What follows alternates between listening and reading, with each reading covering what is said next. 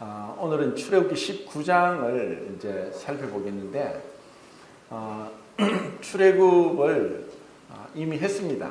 했는데도 그 이름이 출애굽이라서 여전히 이제 그 애굽에 머물러 있는 것 같지만 이미 애굽은 벗어났습니다.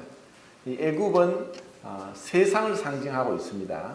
그래서 우리도 사실 이 세상에 살고 있지만 세상에서 부름을 받아 나왔습니다. 그것을 이제 신약 성경 원어로 보면은 에클레시아라고 합니다. 에크, 이제 뭐뭐로부터 클레시아, 부름을 받아서 나왔습니다. 그것이 교회입니다. 그래서 이 교회는 예배당 건물이 교회가 아니라 이 악한 세상으로부터 주 예수 그리스도의 십자가의 사역으로 구원받은 자들은 다 교회의 한 지체입니다.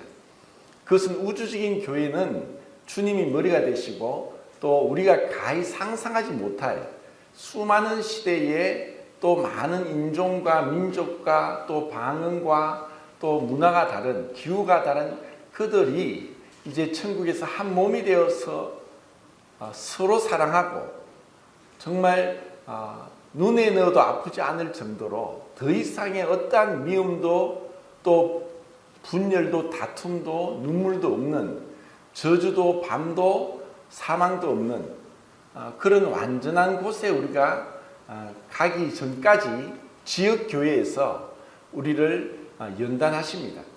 이 지역교회는 참으로 중요하고 왜 우리를 이 지역교회에 두셨는가? 이것은 지금 우리가 보고 있는 이 출애굽기를 통해서 구원받고 나서 세상으로부터 부름을 받아서 이미 세상과 분리되어 있지만 사실 한편으로는 여전히 세상 가운데 있는 것과 같습니다. 그것은 이스라엘 백성들이 애굽을 벗어나와 있지만 그들 가운데 있던 그 애굽에서 묻어왔던 그 습관들, 그리고 그들이 아담으로부터 물려받았던 죄성들, 그리고 서로 간의 어떤 관계를 통해서 나타나는 어려움들, 이러한 것들을 어떻게 해결해 가는가를 이제 우리에게 보여주고 있고, 우리는 이 성경을 통해서 우리에게 이것을 어떻게 이제 적용시키고 또 우리에게 이 말씀이 살아 역사하는 것으로 우리에게 다가오는가 하는 건 중요한 것입니다. 자, 19장 1절을 읽겠습니다. 1절 시작.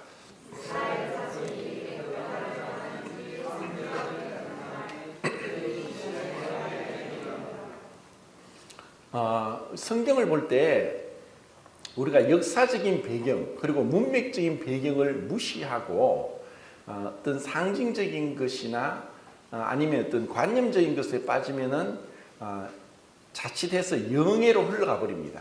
그러면은 과거에 그 AD 2세기 3세기에 알렉산드리아 학파가 이런 알레고리적 풍류적 해석을 해서 이게 나중에 이제 중세 시대에 이제 많은 문제를 일으켰는데 이들은 뭐든지 상징으로 풍류적으로 해석을 하기 때문에 성경을 제대로 이해를 못했습니다. 우리는 성경을 첫 번째 문자적으로 그리고 역사적으로 그리고 이것을 현실적인 바탕 위에서 해석을 해야 됩니다. 자, 이스라엘 백성들이 애굽을 벗어날 때는 유월절을, 10번째 재앙인 유월절을 통해서 그들은 애굽의 장자들이 죽는 가운데 그들은 어린 양의 피로 죽지 않고 살았습니다. 그리고 15일 날 사실 이제 한밤중이죠. 새벽에 그들은 애굽을 떠나게 됩니다. 그러고 나서 한 달 만에 가져온 양식이 떨어졌죠. 그 전에 이제 홍해를 건넌 사건도 있었고, 그리고 양식이 떨어졌고, 또 마라에서 썰물을 통해서 하나님이 지시한 나무를 던져서 물을 마시게 되었고, 또 그 엘림에서 12종류 나무와 그 12샘물과 70종류 나무를 통해서 안식을 취했습니다. 그리고 17장에서 머리바에서 그들은 반석을 쳐서 물을 마시게 되었고 또 아말렉과의 전투가 있었습니다. 그리고 18장에서는 그 장인 이드로를 통해서 그들의 사이에 일어나는 많은 분쟁, 소송 그리고 다툼을 해결하기 위해서 천부장, 백부장, 50부장, 10부장을 세워서 그것을 해결하는 그러한 것을 봤습니다. 그런데 이제 19장에 들어와서는 그들이 애굽을 나와서 이제 셋째 달이라고 얘기를 했습니다. 그리고 이 19장, 출애굽기 19장부터 이제 요 뒤 손을 놓고 민수기 10장을 보겠습니다. 민수기 10장 11절을 한번 읽어보겠습니다.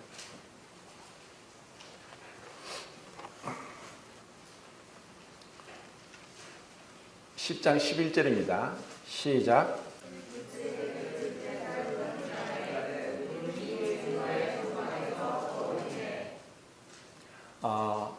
지금 이제 민수기 10장 10절까지 지금 그들이 시내산에 있는 것을 우리는 알 수 있습니다. 그래서 출애굽기 뒤에 이제 20장부터 십계명을 받고 25장부터 성막 제도를 받게 되고 그리고 성막을 세우게 됩니다. 그러고 나서 이제 민수기 들어가서 1년 뒤에 그들은 유월절을 지키면서 그 길을 떠나기까지 10장 11절에서 이제 그 시내산을 떠나는 거기 전까지 지금 이들은 이 시내산에 머물러 있다는 것을 우리는 알 수가 있습니다. 그리고 뭐 여호수아 5장에 가면은 그들이 출애굽하고 나서 한 달 뒤부터 만나를 먹게 되었는데 요단강을 건너서 그들은 여호수아 5장에 보면 길갈에서 할례를 행합니다. 그리고 그 땅 소산을 먹으면서 만나가 그쳤더라고 했습니다.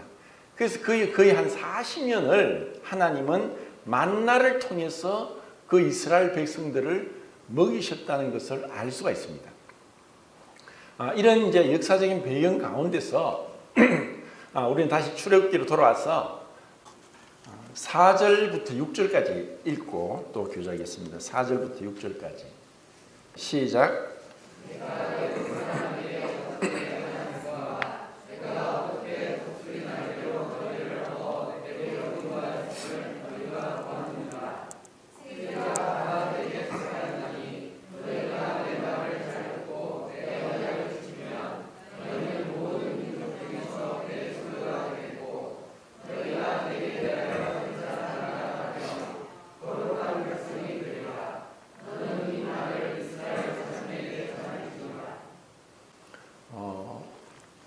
이제 하나님께서 모세를 통해서 이제 그동안 출애굽을 하고 지금까지 온 과정을 이제 돌아보게 합니다. 그러면서 어떻게 너희들을 지금까지 인도했는가? 어떻게 해서 애굽에서 너희들을 구출했고 그리고 이곳까지 시내산까지 어떻게 해서 너희들을 인도해 왔는가 하는 것을 말씀하고 있습니다. 그래서 비유적인 표현으로 새 중에서 새의 왕이라고 하는 독수리가 그 날개에다 새끼를 얹고 이렇게 이동하는 것을 비유적으로 말씀을 하시면서 하나님께서 그들을 은혜 가운데 지금까지 인도해 오셨다는 것을 그들로 하여금 기억하게 했습니다. 그리고 그들을 애굽에서 구원한 목적이 제가 5가지를 말씀드렸는데 그 중에 지금 하나를 말씀하고 있습니다. 왜 하나님은 이스라엘 백성들을 출애굽시켰는가? 그것은 그들이 제사장 나라가 되게 하기 위한 것이다. 하나님의 거룩한 구별된 그것을 이제 세골라라고 하는데 이것은 특별한 왕의 그 보물을 뜻하는 것이 세골라라고 하는 이 단어를 쓰면서 하나님께서 온 세상의 하나님이시지만 그 온 세상의 주가 되시고 창조주가 되시고 주인이 되심에도 불구하고 이스라엘 백성들을 그들을 이끌어내셔서 하나님이 특별한 소유로 삼으셨다. 그리고 너희들이 제사장 나라가 되게 하기를 원하셔서 그들을 이끌어내셨다 하는 것을 말씀하고 있습니다. 이것은 이스라엘 백성들을 구출하신 목적이 분명히 나와 있습니다. 하나님이 왜 이스라엘을 그렇게 구출하셨느냐? 이스라엘을 통해서 그 제사장 나라가 되도록 하기 위했던 것입니다.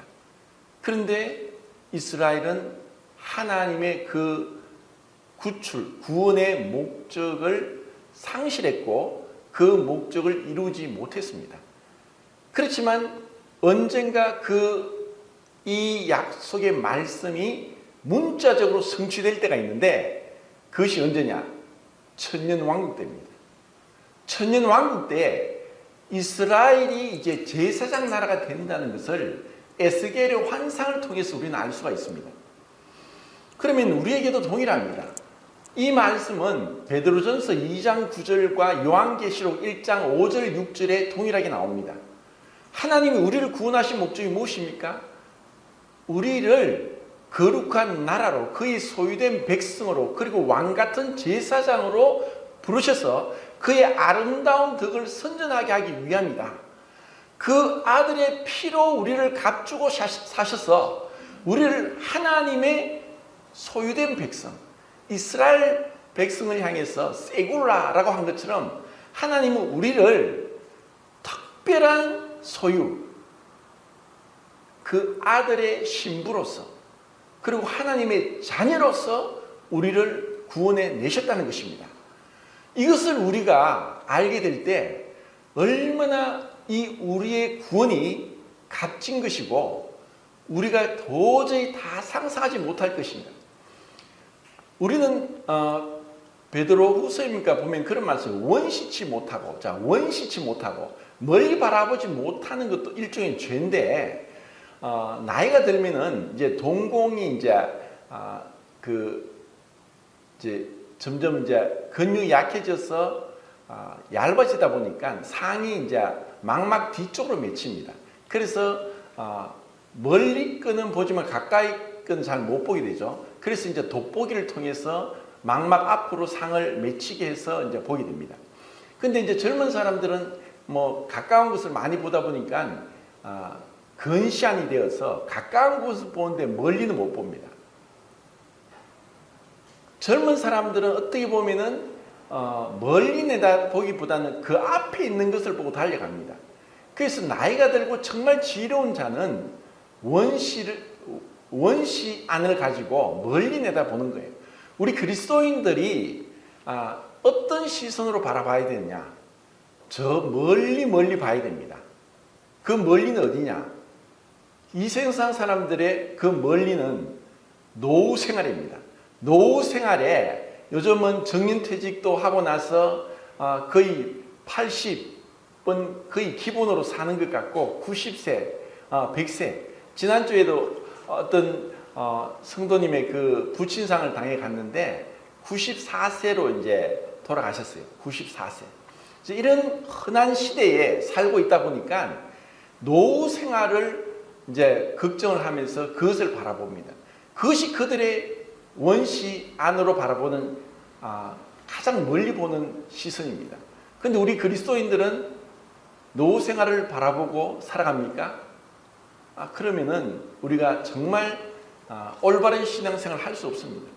우리가 바라보는 것은 저 멀리 천국을 바라보는 겁니다. 저 천국을 바라보면서 살아갈 때 그때 진정 우리는 이 땅에서 나그네 인생으로 아브라함이 걸었던 그 믿음의 순례길을 따라 걸어갈 수 있다는 것입니다. 장막에 거하면서 소돔성, 고모라성에 거하지 않고 또 날마다 제단을 쌓는 그와 같은 아브라함의 믿음의 삶이 우리가 따라가야 될 신앙의 삶이라는 것입니다. 그러면 이제 이 멀리 내다볼 때 우리 그리스도인들이 이 왕같은 제사장은 무엇을 의미하는가? 자, 그리스도라는 말은 메시아를 번역한 헬라 말인데 이 기름 부음 받은 자는 왕과 제사장과 선지자였습니다. 자, 제사장은 인간 편에서 죄인된 인간을 하나님 앞으로 인도하기 위해서 제사를 드리는 자가 제사장입니다. 그런데 선지자는 하나님 편에서 죄인된 인간과 멀어져 있으니까 하나님의 말씀을 받아서 죄인된 인간들에게 하나님의 말씀의 뜻을 가르쳐주고 보여주는 자가 선지자입니다. 그리고 이런 선지자와 제사장은 우리가 죄로 인해서 하나님과의 관계가 깨어져 버렸고 멀어져 버렸다는 것을 얘기합니다. 하나님이 처음 인간을 만든 것은 이 땅에서 다스리는 왕의 권세를 가지고 하늘의 새와 땅의 동물과 바다의 물고기를 다스리는 권한을 가진 이 땅의 왕으로서 우리를 창조하셨습니다. 그런데 죄가 들어와서 이걸 잃어버렸습니다. 그래서 이 말씀은 이스라엘 백성들에게 이것을 회복시켜 주겠다 하는 것을 뜻하셔서 구원하셨지만 그들은 이 목적을 사실 상실해 버렸습니다. 우리 그리스도인들은 그럼 왜 이 세상에서 우리를 구원하셨는가? 왕같은 제사장으로 거룩한 나라요 그의 소유된 백성으로 그의 아름다운 덕을 선전하게 하기 위해서 우리를 불러주셨다는 것입니다. 우리가 이것을 알 때 우리는 그러면 어떻게 제사장 직분을 감당하느냐? 그것이 로마서 15장 16절에 나와 있습니다. 나중에 한번 찾아보십시오. 거기 보면은 사도 바울이 제사장 직무를 감당합니다. 그러면 제사장 직무는 제사장은 폰티펙스라고 라틴어가 나오는데 손에 무엇을 들고 있는 자입니다. 제사장은 무언가 하나님께 드릴 만한 제사를 드리기 때문에 제사를 드리려면 뭔가 드릴 것이 있어야 됩니다. 제사장이 제사를 드리는데 제물이 없으면 희생 제물이 없으면 제사가 이루어지지 않는 것입니다. 그런데 사도 바울은 제사장 직무를 감당해서 제물로 하나님께 드리는데 그 제물이 누구냐? 이방인이었습니다. 이방인에게 복음을 전해서 하나님과 화목시키게 하는 것이 제사장의 임무였습니다. 그럼 우리도 이 땅에서 제사장의 임무는 첫 번째는 하나님 앞에 예배 드리는 것이고 두 번째는 이 세상 가운데 있는 자들에게 복음을 전하는 것입니다. 이 목적을 우리가 상실했을 때 우리가 엉뚱한 것으로 시간 낭비하고 죄에 빠지고 하나님과 관계가 이제 소원해지고 멀어지게 됩니다. 우리는 항상 이 세상에서도 성공하기 위해서 두 가지 단어가 딱 필요합니다. 선택과 집중입니다. 모든 것을 할 수 없습니다. 어떤 일이든지 하나를 선택했으면 그것을 집중해서 끝까지 매달려야 됩니다. 우리도 그리스도인들이 그리스도의 삶을 승리의 삶으로 살아가기 위해서는 선택을 해야 됩니다. 그것은 뭐냐? 이 땅이 아니라 하늘나라입니다. 그리고 하나님이 우리를 부르신 왕같은 제사장으로 선지자로서의 그 역할을 감당할 수 있도록 우리가 멀리 내다보면서 하늘나라를 바라보면서 그분이 주실 상급을 바라보면서 그분 앞에 설 것을 생각하면서 그렇게 우리는 믿음 안에서 든든히 서갈 때 이 그리스도의 삼중 직분을 감당할 수 있다는 것입니다. 자, 그러면 그 다음 절입니다. 7절, 8절 읽겠습니다. 시작.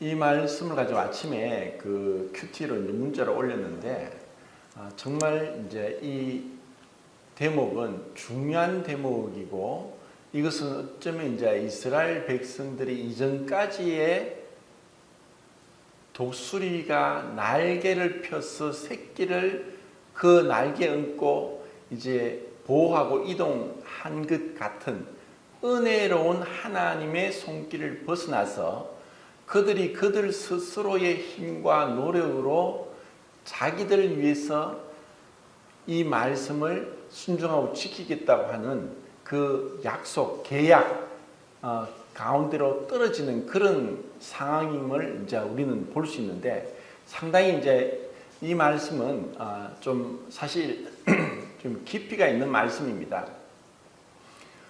우리 삶에 있어서도 이제 이런 경우를 너무나 많이 당하게 되고 또 이것을 우리가 주님 앞에 갈 때까지 모르고 이 이스라엘 백성들이 고백한 것처럼 그렇게 할 수 있는 많은 위험 요소가 있고 또 많은 사람들이 이렇게 이스라엘 백성들을 얘기합니다.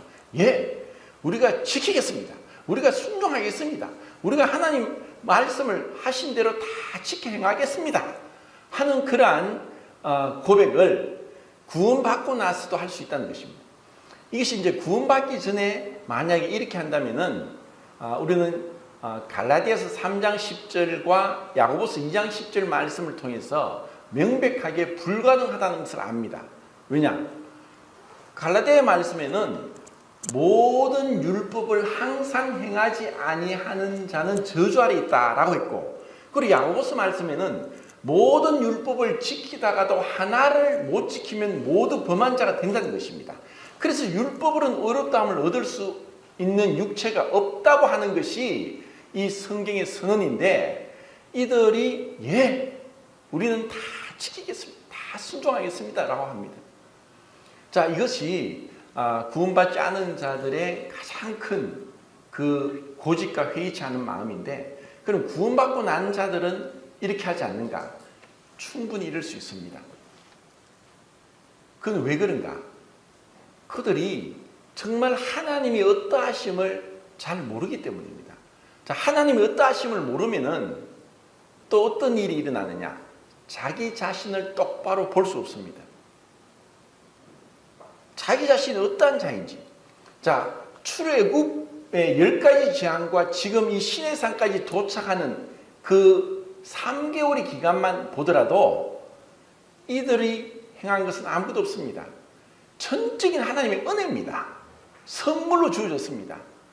그런데 그들이 감히 우리는 다 지킬 수 있습니다, 우리가 할 수 있습니다, 이런 호언장담을 하면서 하나님 앞에 나가면서 이제 계약 관계로 떨어지는데 완전히 그들의 이 율법으로 인해서 이 율법 시대가 비참하게 정말로 끝나는 것을 우리는 볼 수 있습니다.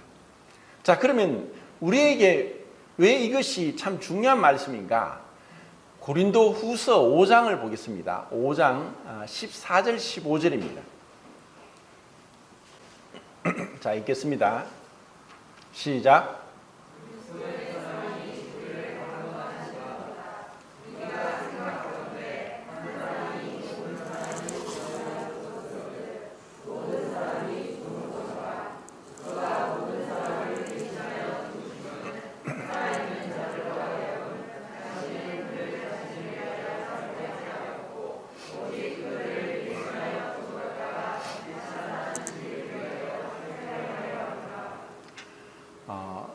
자, 이스라엘 백성들이 착각한 것이나 구원받은 그리스도인들이 착각하는 것은 뭐냐? 예수님이 구세주, 구원주라고는 믿지만 주인이라는 것을 믿지 못할 때 일어나는 일입니다. 우리의 모든 삶의 본을 보이신 예수님은 요한복음 17장에서 그렇게 말씀하셨습니다. 예수께서 눈을 들어 하늘을 우러러 이르시되 아버지여 때가 이르렀사오니 아들을 영화롭게 하사 아들로 아버지를 영화롭게 하게 하옵소서라고 기도했습니다. 예수님이 기도한 것은 아들을 영화롭게 하사 아들로 아버지를 영화롭게 하기 위해서 영화롭게 해달라는 기도를 합니다. 그리고 4절에도 아버지께서 내게 하라고 주신 일을 내가 이루어 아버지를 이 세상에서 영화롭게 하였사오니, 아버지여 창세 전에 내가 아버지와 함께 가셨던 영화로서 지금도 나를 영화롭게 하옵소서, 이런 기도를 하시는 것을 볼 때 주님의 삶의 목표, 그분이 삶에서 끊임없이 흔들림 없이 원시한 가운데 나갔던 것은 하나님께 영광을 돌리는 것입니다. 그런데 이것이 구원받기 전에는 이것을 먹으면 하나님같이 된다고 해서 내가 내 욕심 가운데 들어갔습니다. 그런데 구원받고 나서도 이스라엘 백성이 지금 시내산까지 도착하기까지도 그분의 은혜로 왔습니다. 그런데 이제 그들은 자신감이 생겼습니다. 할 수 있습니다. 우리가 구원받고 나서 자칫하면은 정말 하나님을 위해서가 아니라 자기를 위해서 신앙할 수 있습니다. 내가 이미 죽었다, 그리스도께서 우리를 위해 죽으셨기 때문에 이제 내가 사는 것은 나를 위한 것이 아니라 나를 위해 죽으셨다가 다시 사신 주님을 위한 것이 나의 삶이라고 하는 분명한 주객 전도, 이제 내가 주인이 아니라 주님이 주인이고 내가 종이다 하는 것을 우리가 항상 우리가 자각하고 그 종의 자리에 가지 않으면은 주님의 이름으로 여러 많은 일들을 하면서 자기의 영광을 위해서 살아가게 됩니다. 이것은 잘 분별하지 못하면 교회에도 많은 어려움이 오게 됩니다. 교회에서 어떤 은사가 있고 능력이 있고 열심이 있다고 해서 그 중심에 정말 주님을 위해서 내가 이렇게 하지만 나는 내가 하는 것이 아니라 주님이 은혜를 주셨기 때문입니다. 내가 하는 것이 아닙니다. 주님이 하라고 하셔서 하시는 겁니다. 주님만 영광 받으시면 됩니다. 저는 종입니다. 무익한 종입니다. 저는 그냥 말씀에 순종히 살 뿐입니다 하는 이 자세가 되지 않았을 때 결국은 교회에서 많은 다툼이 일어나게 됩니다. 주님이 원하시는 것은 네 마음의 동기가 무엇이냐? 네가 누구를 위해서 일을 하느냐?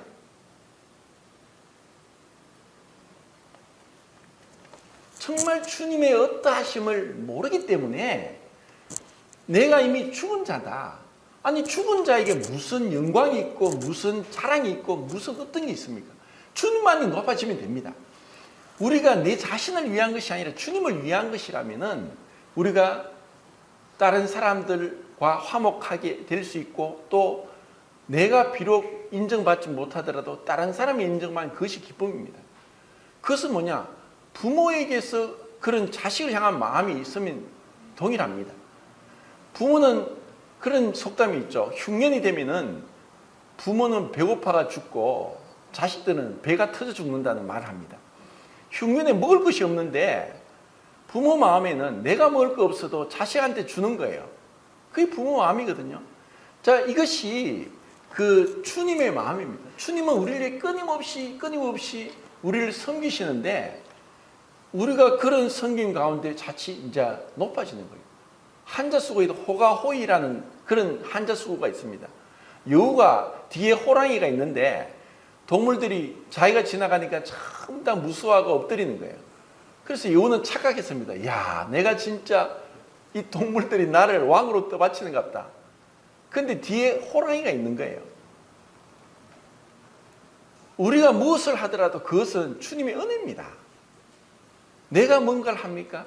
그런데 이것이 주님으로 처리가 되지 않고 십자가로 자아가 처리되지 않으면은 언영중에 자기를 높이고 자기를 자랑하고 됩니다.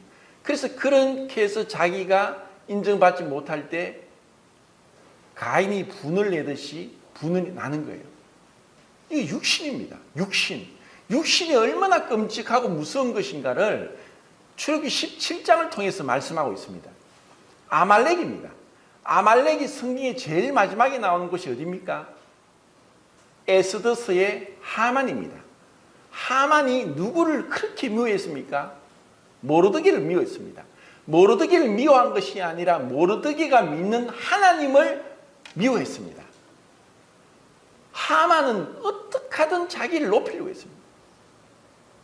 그리고 아말렉은 누구 자손입니까? 창세기 36장 12절에 나중에 찾아보세요. 에스의 아들 엘리바스가 첫 뒷나라부터 난 자가 아말렉입니다. 에스는 뱃속에서부터 야곱과 싸웠습니다. 히브리서에 보면은 에스는 팥죽 한 그릇으로 장자의 명분을 판 망령된 자라고 했습니다. 하나님의 축복보다 이 땅의 축복을 더 사랑하는, 이 땅의 명예와 성공과 행복을 추구하는 자가 에스입니다. 성경에서 에스가 마지막에 나오는 것은 헤롯 대왕입니다. 헤롯 왕의 가게는 에스의 가족입니다. 그러면 아말렉은 지금 사라졌습니까? 신명기 25장 17절, 18절, 19절을 보면은 아말렉에 대해서 하나님이 대대로 싸우겠다. 그들을 용서하지 말라 하는 말씀이 나옵니다. 아말렉은 뭐냐? 이스라엘 백성이 출애굽하고 힘들고 지쳤을 때 뒤에서 몰래 와서 연약한 자들을 공격해서 재물을 빼앗아 간 자들을 아말렉이라고 했습니다. 이 아말렉은 비겁합니다. 비열하고 위선적입니다. 이 육신의 죄악이 얼마나 끔찍하다는 것을 아말렉을 통해 볼 수 있고, 그리고 이 아말렉에 대해서 하나님의 심판은 십자가의 죽음입니다. 우리가 십자가로 처리되고 육신이 처리되지 않으면 이 아말렉은 또 슬그머니 드러나서 하나님의 영광을 가로챕니다. 이게 정말 무서운 거예요. 그래서 우리가 영적인 분별력이 약해져 버리면 이 교회가 이런 아말렉으로 인해서 정말 많은 어려움과 손실을 당하게 됩니다. 그리고 이것은 누구를 탓할 것이 아닙니다. 내가 베드로전서의 말씀에도 나그네와 해인 같은 너희를 권하노니 이 육체의 남은 때를 육체의 정욕을 제어하라. 땅에 있는 지체를 죽여라. 골로새서에. 우리는 날마다 이미 그리스도와 함께 죽은 자로 여기고 내 자신을 위하여 살지 않고 죽었다가 다시 살아나신 주님을 위해서, 주님의 영광을 위해서 살지 않으면 어느새 모르게 아말렉이 슬그머니 들어와서 우리를 공격하면서 하나님께 영광을 돌리지 못하게 합니다. 이것은 우리가 계속 신앙생활을 하면서 우리가 늘 우리 삶에 주의 깊게 돌아보면서 남들을 보기 전에 먼저 자기 자신을 봐야 됩니다. 나에게 이런 아말렉이 아직까지 처리되지 않았구나. 그러면서 이 그리스도와 연합된 죽음과 부활을 끊임없이 적용함으로써만 이 아말렉으로부터 우리는 승리할 수 있다는 것입니다. 그것이 바로 모세와 아론과 훌의 기도였습니다. 다른 것은 이미 하나님이 다 이루셨지만 아말렉과의 전투에서 여호수아의 칼날이 아말렉을 무찌르는 것이 아니라 모세의 손이 올라가면 이기고 내리면 지는 겁니다. 그래서 모세가 손을 들으니까 팔이 아프니까 아론과 훌이 옆에서 같이 들어준 겁니다. 그래서 이것은 우리가 중보 기도가 얼마나 중요한가. 성도를 위해서 기도해야 될 자이지 성도를 비난하고 정죄하고 판단할 자가 아닙니다. 우리는 다 연약함이 있기 때문에 내 자신을 돌아보면서 주님 앞에서 내가 십자가로 처리해야 하고 주님의 영광을 위하고 나는 죽고 그리스도만, 나는 죽고 그리스도만.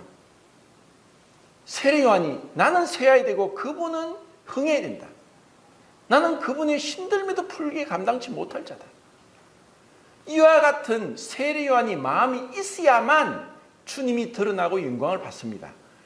주님은 어떻게 하셨습니까? 내가 하는 말은 내 말이 아니라 아버지께서 내게 하라고 주신 말이다. 내가 하는 일은 내가 하는 나의 일이 아니라 아버지께서 하라고 시키신 일이다. 주님이 왜 그렇게 말씀하셨습니까? 내가 스스로 하는 것이 아니라 내 아버지께서 함께 하셔서 나와 함께 하시는 것이고 내 영광을 위한 것이 아니라 아버지 영광을 위한 것이다. 왜 주님이 끊임없이 그렇게 말씀하셨습니까?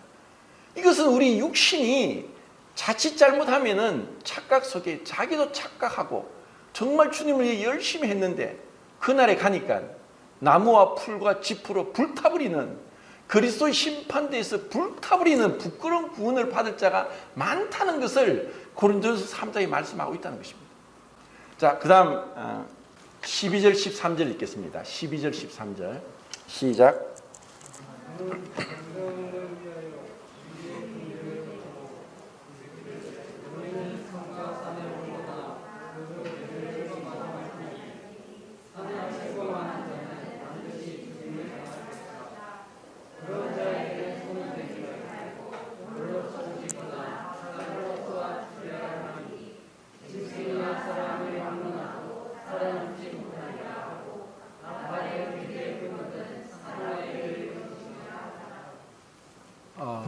지금 이 말씀을 보면은 굉장히 이제 사실 두렵습니다.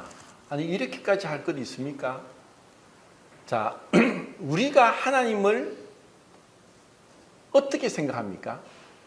자, 신약 시대 그리스도인들은 하나님을 어떤 분이라고 하는 것이 구약시대 유대인들보다 더 못합니다.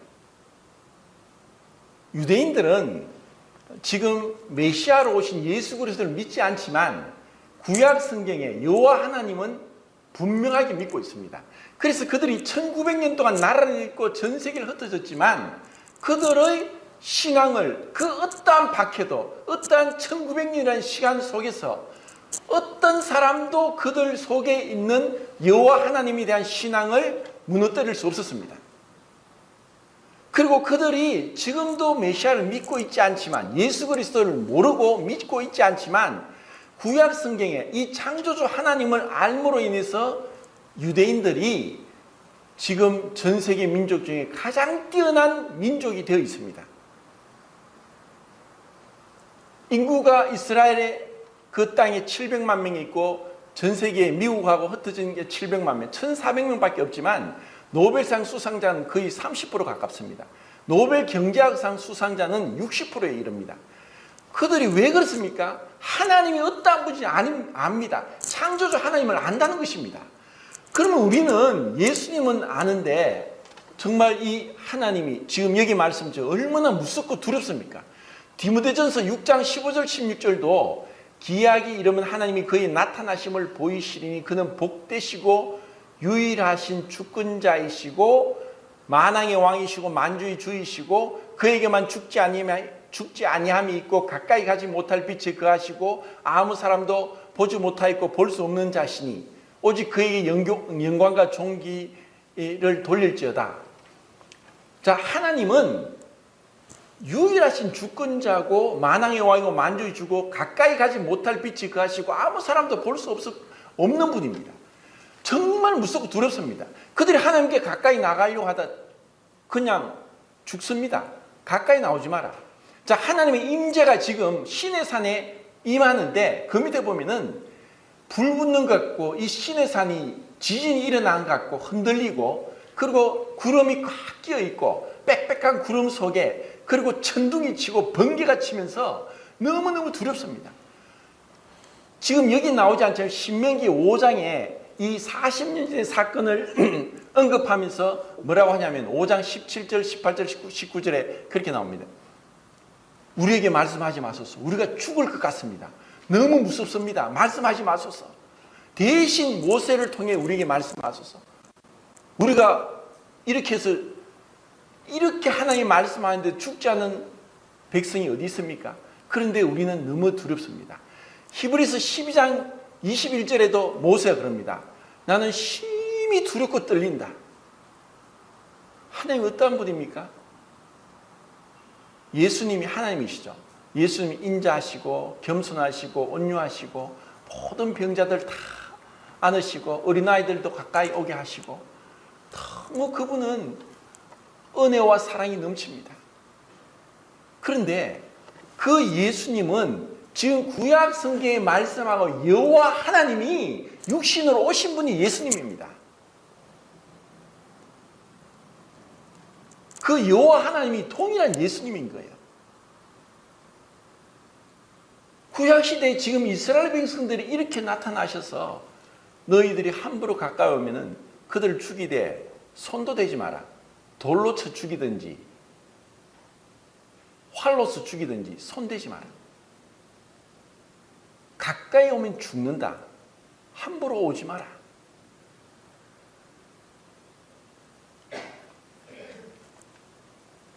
로마서 3장에 보면은 10절부터 죄에 대해서 모든 이 세상 사람의 죄에 대해서 죄에 대한 고발장입니다.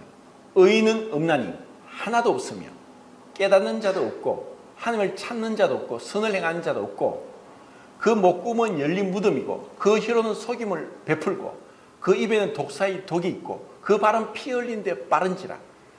그들은 평강의 길을 알지 못하였고 그리고 그 앞에 하나님을 두려움이 없다.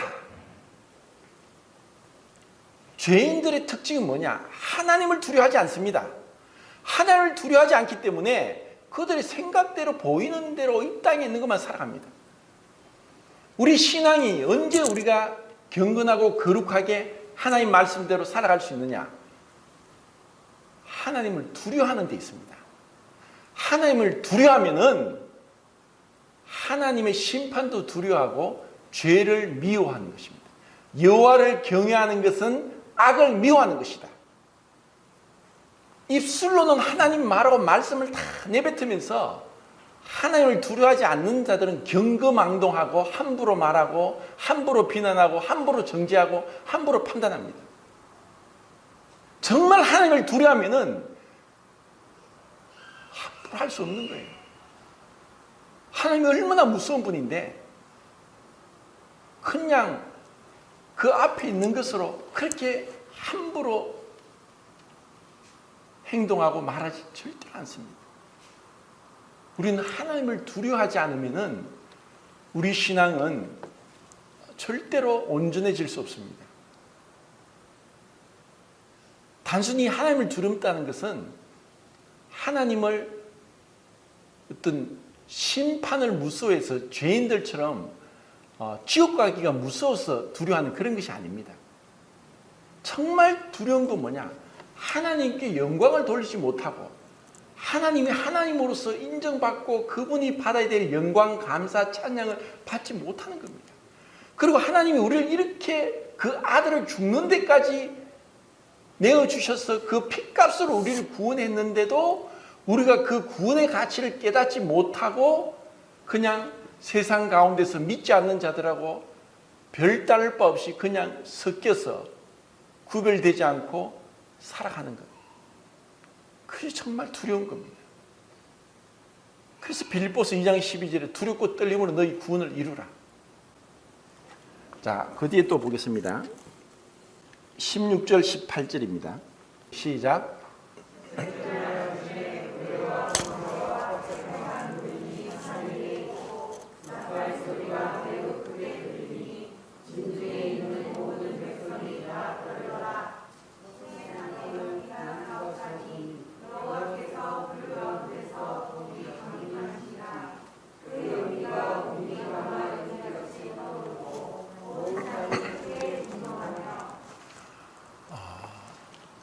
이스라엘 백성은 역사 가운데서 이런 하나님을 경험했습니다. 그런데도 그들은 곧 광야에서 수많은 범죄를 저지릅니다. 우리 인간에게 이런 엄청난 하나님의 영광을 조금 임재하심을, 그 쉐키나 영광을 조금 보았음에 또 그 당시에는 죽을 것 같이 두려워했지만 시간이 지나고 그들은 또 범죄합니다. 자, 구약 성경에서 엘리사가 많은 기적을 행했고 모세도 많은 기적을 행했는데 사실 인간은 그때뿐입니다.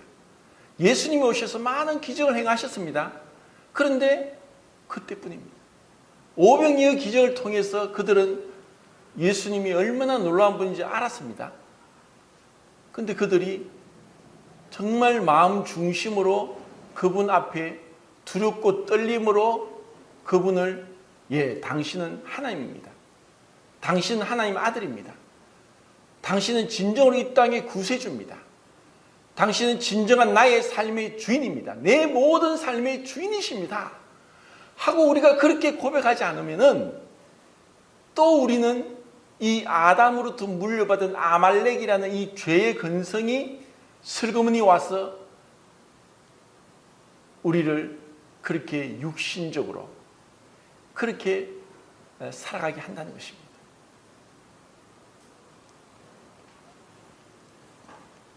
우리의 육신은 어떠냐? 지금 우리가 이런 이 광경을 직접 여기서 바로 목도를 하고 번개가 치고 천둥이 치고 그 빽빽한 구름 가운데 하나의 영광이 임재하면서 그 산이 지진이 난 것처럼 흔들리는 것 같고 그리고 나팔 소리가 팍 나면서 어떤 우리 마음에 큰 떨림과 울림이 있으면서 두려움 가운데 있는 것을 보더라도 또 지나고 나면은 눈에 보이지 않고 잊혀지고 또 우리는 또 우리 육신대로 가는 겁니다. 이것을 알 때, 이러한 우리의 죄성의 깊이를 알 때, 그때 우리는 정말 하나님 앞에 겸손해집니다. 하나님 앞에 겸손해지면 사람 앞에도 겸손해집니다. 그리고 주님, 제 힘으로는 할 수 없습니다. 주님이 함께 하시고 저를 이끌지 않으면 저는 아무것도 할 수 없습니다. 예수님이 말씀하셨습니다. 너희는, 나는 포도나무에 너희는 가지니 나를 떠나서는 너희가 아무것도 할 수 없습니다. 우리가 주님을 떠나서는 무엇을 한다 할지라도 세상 사람들이 많은 일을 이루고 있지만 그것은 하나님이 계산하지 않으면 무용지물입니다. 모래 위에 산 탑과 같습니다. 모래 위에 지은 집은 비가 내리고 창수가 나면 무너져 내립니다. 반석이 지어야 되는데 반석 그리스도 위에, 그리스도를 위해서 그리스도의 능력으로, 그리스도의 이름으로 지어져야만 그것이 흔들림 없이 주님 앞에까지 가는 것입니다. 주님 앞에 계산되는 삶, 이것이 우리가 추구해야 되는 삶입니다. 자, 21절부터 24절까지 읽겠습니다. 시작.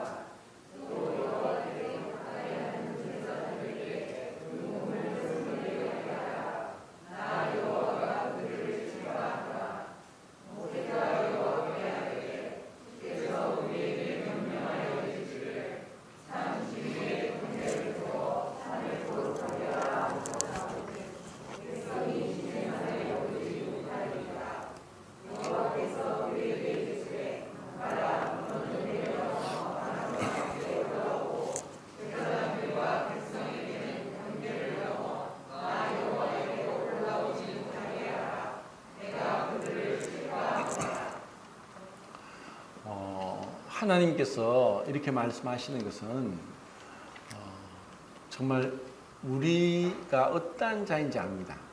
그래서 제가 이것을 생각하면서 그런 이제 비유적으로 좀 쉽게 좀 와닿게 어떻게 얘기할까 하다가 어제 이제 정연이하고 성경 공부하는데 누나하고 같이 하나고 좀 늦게 왔어요. 왜 늦게 왔냐니까 낚시했어요. 그러더라고요. 그리고 붕어도 잡고 자라도 잡았는데 어떻게 했냐니까 다시 놓아줬대요. 사실 이제 물고기를 잡아서 그것을 이제 물에서 꺼내서 이제 이 땅 위에 올려놓으면은 얼마 안 가서 파닥파닥거리다가 죽습니다. 왜냐면 물고기는 물에 있어야 되는데 물 밖에 나오면은 이제 물기가 마르고 또 그 비늘에 있던 물기가 다 마르고 나면은 물 속에서 숨을 쉬어야 되기 때문에 그들은 숨을 못 쉬고 죽고 피부가 말라서 죽는 겁니다. 물고기에서는 물을 떠나 살 수 없는 거예요. 그러면 또 하늘에 나는 새들은 아무리 하늘 날더라도 그 새에는 어떤 기름기가 털에 날개 깃에 있기 때문에 뭐 물고기 잡아먹기 위해서 하늘에서 보고 물속에 머리를 팍 넣고 몸을 넣어서 물고기를 잡고 하늘로 올라가죠. 그런데도 그 물이 금방 떨어집니다. 왜냐하면 그 기름기 성분이 날개 깃에 있기 때문에. 그런데도 그 새를 계속 물에 넣어두면 숨 못 쉬고 죽는 거예요. 우리 사람도 마찬가지입니다. 사람도 여기서는 편안하게 숨을 쉬지만 물속에 들어오면 죽는 거예요. 자, 이거는 뭐냐면은 우리에게는 어쩔 수 없는 육체적인 한계가 분명하게 있습니다. 그런데 감히 우리가 인간이 물속에 들어가도 죽고 또 너무 높은 지금 히말라야 산맥에 가면 8,000m 넘는 고봉이 14개가 있다고 하죠. 5,000m 이상 넘어가면 산소가 희박해져 가지고 고산증에 걸립니다. 그러니까 산소통을 매이지 않으면 숨을 잘 못 쉬는 거예요. 그러면 바닷속으로 내려가면은 10m 내려갈 때마다 1기압씩 올라갑니다. 그러면은 몇 미터 내려가면은 이 공기 중 기압보다 기압이 자꾸 올라가면 가슴이 답답해지면서 숨을 못 쉬는 거예요. 우리 인간은 그런 한계가 있는데, 자, 영이시고 빛이시고 소멸케 하는 불이시고 그리고 만유 위에 계시고 만유 안에 계시고 어디에나 계시고 천지에 충만하시고 완전한 거룩과 완전한 영광 가운데 계신 그 하나님을 우리가 우리처럼 생각해서 쉽게 생각해서 함부로 했다가는 즉시 죽을 수밖에 없는 자입니다. 우리가 그런 하나님을 지금 믿고 있습니다. 그런데 놀랍게도 지금 이 구약 시대에는 이렇게 하나님의 임재가 나타남으로 그들은 너무 두려워 떨었고, 하지만 이제 그 하나님이 예수님을 통해서 나타나셨습니다. 이것이 은혜인 거예요. 율법은 모세로 말미암아 주어졌고 은혜와 진리는 예수 그리스도로 말미암아 주어졌다. 예수님이 그 두렵고 무서운 하나님을 육신으로 감싸서 누구나 갈 수 있습니다. 수고하고 무거운 짐진 자들아 다 내게 오라. 내가 너희를 쉬게 하리라. 누구든지 예수님께 갈 수 있는 거예요. 그러니까 우리에게 얼마나 큰 은혜입니까? 그런데 지금 예수님은 죽으시고 부활하시고 성천하셨습니다. 그리고 예수님이 성천하시고 그 약속하신 것이 10일 뒤에 이 땅에 오셨습니다. 그분이 성령님입니다.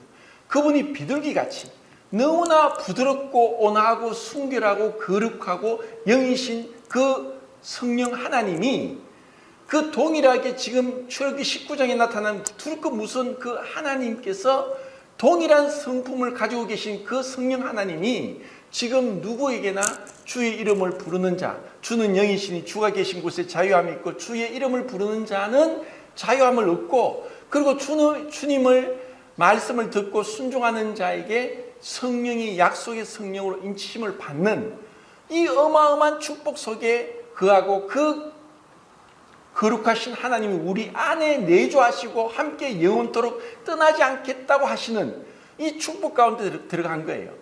그래서 지금 용서받지 못할 죄가 한 가지라고 말씀했습니다. 성령을 회방하는 죄입니다. 왜냐? 지금 이 말씀이 증거되고 이 말씀이 선포되고 이 말씀을 내가 믿음으로 순종하면은 주님은 약속했습니다. 그 하나님, 이 두렵고 무서운 하나님이 성령 하나님이 우리 안에 오신다는 거예요. 그리고 우리를 떠나지 않는다는 거예요. 영원토록 함께 한다는 거예요. 그리고 그 성령 하나님이 우리를 주님의 부활의 몸처럼 신령한 몸, 썩을 것으로 심고 썩지 않을 것으로 다시 살고, 약한 것으로 심고 강한 것으로 다시 살아나고, 육의 몸으로 심고 신령한 몸으로 다시 살아나고, 욕된 것으로 심고 영광스러운 것으로 다시 살아나는, 그렇게 할 수 있는 분이 성령, 우리 안에 계신 성령님입니다. 그 거룩하신 성령님, 그 성령님이 우리를 그렇게 놀랍게 변화시켜 주실 겁니다. 그런데 우리는 이 성령의 음성을 얼마나 귀담아 듣습니까? 성령의 세미한 음성을 듣느냐? 그것은 뭐로 알 수 있습니까? 열매를 통해 알 수 있습니다. 내가 아무리 성령의 세미한 음성을 듣는다고 할지라도 성령의 열매가 없으면 그것은 거짓입니다. 사랑합니까? 진정한 기쁨이 있습니까?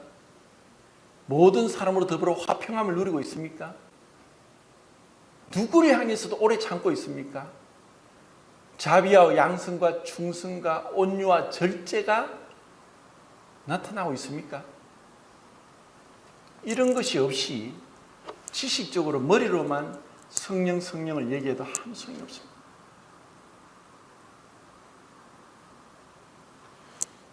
지금 우리가 지금 하나님의 임재하심이 구약시대 때 이렇게 임재하셨고, 예수님이 오셨을 때 예수님께서 임재하셔서 그것을 나타내셨고, 지금은 성령 하나님으로 지금 나타내시는 거예요. 그리고 그렇기 때문에 우리가 정말 말할 수 없는 탄식으로 우리를 위해 간구하시는 성령님의 그 탄식을 얼마나 알고 있습니까?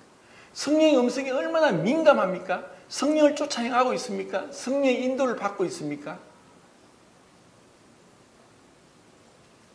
내 생각으로, 경험으로 우리는 너무나 많이 무시합니다. 그분은 너무나 비둘기같이 순결하고 또 온순해서 주님이 그런 감동을 줍니다. 기도해라, 전도해라, 말씀을 읽어라, 사랑해라, 네 자신을 부인해라, 그리고 네가 섬겨라, 헌신해라, 용서해라. 이런 음성을 계속 주고 말씀을 통해 주고 하는데도 내가 그것을 예 하고 그렇게 순종하며 따라가고 있습니까?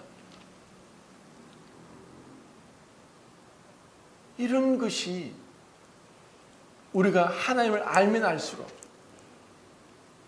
우리는 지금 은혜 시대에 있고 축복의 시대에 있고 교회의 시대에 있고 성령의 시대에 있다고 하는 것으로 그것으로 충분하지 않습니다. 그 하나님은 동일한 하나님입니다. 자, 시간이 다 됐는데 고린도후서 7장을 보고 마치겠습니다.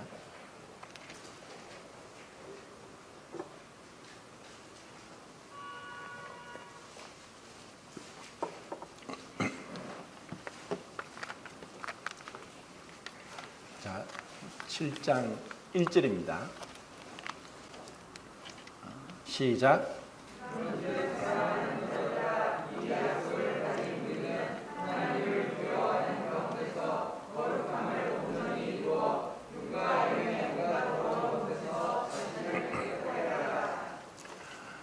지금 우리가 코로나로 인해서 정말 개인 방역을 나 자신을 위해서 다른 사람을 위해서 해야 됩니다. 그것처럼 우리의 교회 생활, 신앙 생활은 나 자신을 위해서 다른 사람을 위해서 그리고 주님을 위해서 육과 영의 온갖 더러운 것에서 자신을 깨끗하게 하자. 자, 육의 더러움도 우리는 잘 알고 있습니다. 우리가 이 개인 방역을 소홀히 하면은 우리가 이 코로나에 감염돼서 굉장히 어려움을 겪을 수 있고 다른 사람에게 피해를 줍니다. 그러면 영의 더러움이 무엇입니까? 제가 이것은 아까 말씀드린 아말렉입니다. 우리 안에 아말렉을 처리하지 못하면은 우리는 착각 속에 자기 모순 속에 자가당착 속에서 헛된 인생을 보낼 수 있습니다. 많은 사람들이 그렇게 살다가 부끄러운 구원을 받는다고 말씀을 하셨습니다. 그래서 우리는 하나님을 두려워하는 가운데 거룩함을 온전히 이루어 신분상으로 이미 히브리서 10장 10절에 이미 우리는 거룩한 자가 되었습니다. 저가 한 제물로 거룩하게 된 자들 영원히 온전케 하셨습니다. 우리는 이미 거룩한 성도입니다. 그런데 우리의 상태가 계속 거룩함을 온전히 이루어가면서 육과 영의 더러운 것에서 자신을 깨끗하게 하는 것이 우리의 신앙입니다. 그래서 먼저는 정말 내 자신이 주님 앞에서 이 말씀을 붙잡고 정말 정결하게 되고 그리고 정말 내주하시는 거룩하신 성령님의 음성을 내가 거스르지 않고 민감하게 그 음성을 듣고 따라가면서 내 삶에서 이 성령의 열매가 나타나기를 사모하는 것입니다. 성령의 충만함을 받아라. 그리고 우리가 우리 스스로 내가 마치 이스라엘 백성이 그 8절에서 얘기한 것처럼 예, 우리가 지키겠습니다. 다 지키겠습니다. 우리 할 수 있습니다. 이런 엄청난 착각 속에 빠지면서 자기를 위한 신앙이 되지 않길 바랍니다. 주님, 저는 할 수 없습니다. 주님, 저는 무익한 종입니다. 주님, 제 스스로 할 수 있는 게 아무것도 없습니다. 오직 주님의 은혜입니다. 주님이 이루어 주시고 주님만이 나타나시고 저는 십자가 뒤에 숨겨주시고 저는 이미 죽은 자입니다. 나는 죽고 그리스도만 영광을 받으시길 원합니다. 주님, 조금이라도 저에게 영광을 취하지 않도록 은혜를 주십시오.